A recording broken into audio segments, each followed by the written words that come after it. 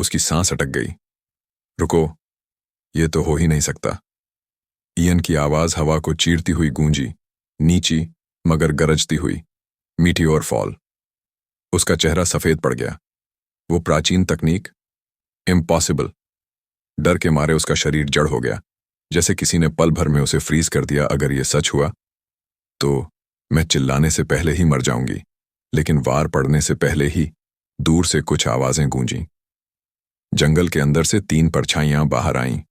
वे दोनों उन तीनों को देखते हैं। इतने में डिमोनिक विमेन चीखते हुए कहने लगती हैं। वो बहाना बनाते हुए कहने लगी, मुझे तो अंदाजा ही नहीं था कि तुम लोग वापस आ जाओगे। क्या तुम्हें सच में लगा कि तुम मुझे इतनी आसानी से पकड़ सकते हो? मैं इस हादसे को कभी नहीं भूलूंगी। बिना एक पल गंवाए वो लाल रोशनी की लकीर बनकर हवा में गायब हो गई, चिल्लाती हुई, तुम कमीनों में, अगली बार तुम्हें जरूर मारूंगी। तीनों ने एक दूसरे की तरफ देखा, हैरान। उनमें से एक ने हंसकर कहा, शायद वो बस डिनर के लिए लेट हो गई थी। कुछ पल बाद वो तीनों उसके पास पहुंचे। उनमें से एक बूढ़ा सा आदमी, अंकल टियन, ने जमीन पर पड़े विशाल बंदर की लाश की तरफ इशारा किया। मिस जंग, वो भागा हुआ फ्लेम फायर मंकी, ये बंदा इसे मार चुका है। इचुआन ने हाथ हिलाते हुए कहा, नहीं, मैं तो बस यहां से गुजर रहा था, मुझसे कोई लेना देना नहीं। लेकिन जांग तियन ने कोई प्रतिक्रिया नहीं दी।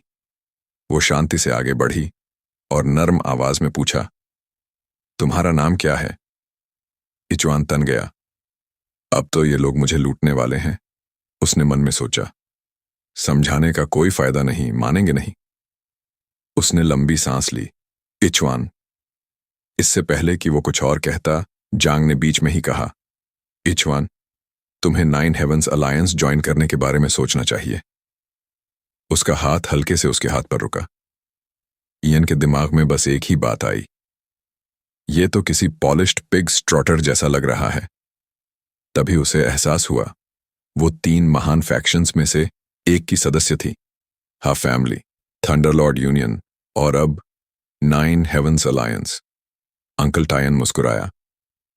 लेवल 7 फ्लेम फायर मंकी को एक ही वार में मार देना, ये तो टैलेंट है। हम अभी नए लोगों को रिक्रूट कर रहे हैं। तुम्हारी ताकत देखकर लगता है तुम बिल्कुल फिट बैठोगे। यन ने अपने ऑप्शंस को ऐसे स्कैन किया जैसे कोई गेमर किसी खतरनाक क्वेस्ट का रिस्क तौल रहा हो। वो सक्यूबस, जिससे वो अभी भिड़ा था, बेहद ताकतवर थी और उसे पता था कि वो बैक फॉर रिवेंज जरूर आएगी। ऐसे में 9 हेवंस अलायंस के साथ जुड़ना अब एक समझदारी भरा कदम लग रहा था। जांग तियन ने उसकी झिझक नोट की और बताया, हम लोग ब्लेजिंग ब्लेड किंग को चुनौती देने की तैयारी कर रहे हैं। तुम्हारे जैसे इंसान हमारी टीम के लिए बहुत उपयोगी साबित होंगे। इचवान ने पूछा, ये ब्लेजिंग ब्लेड किंग है कौन?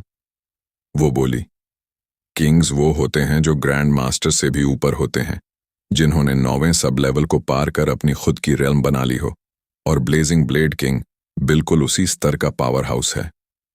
इचवान ने दोबारा पूछा, और अगर कोई उसे हरा दे तो इनाम क्या मिलेगा? एक सोर्ड्समैन मुस्कुराया और बोला, अगर कोई किंग को हरा दे तो वो उसके टाइटल और रियल्म दोनों को इनहेरिट कर सकता है। लेकिन ये खेल कमजोरों के बस की बात नहीं। ये बात सुनकर इचवान के अंदर कुछ बदल गया। अगर मैं किसी किंग को हरा दूं तो मैं सीधा लेजेंड बन जाऊंगा। उसने सिर हिलाया और कहा, ठीक है, मैं 9 हेवंस अलायंस में शामिल हो रहा हूं। जांग तियन के चेहरे पर खुशी झलक उठी। अब हमारी टीम विक्ट्री के एक कदम और करीब है। पर पीछे खड़े सोर्ड्समैन ने बस एक दूसरे की तरफ देखा। उनके चेहरे बता रहे थे कि उन्हें अपनी लेडी की उम्मीदें थोड़ी नाइव लगीं। उधर इयन ने देखा कि अंकल टियोन उस मरे हुए फ्लेम फायर मंकी पर काम कर रहा था। उसने पूछा, तुम लोग इसे स्किन कर रहे हो क्या?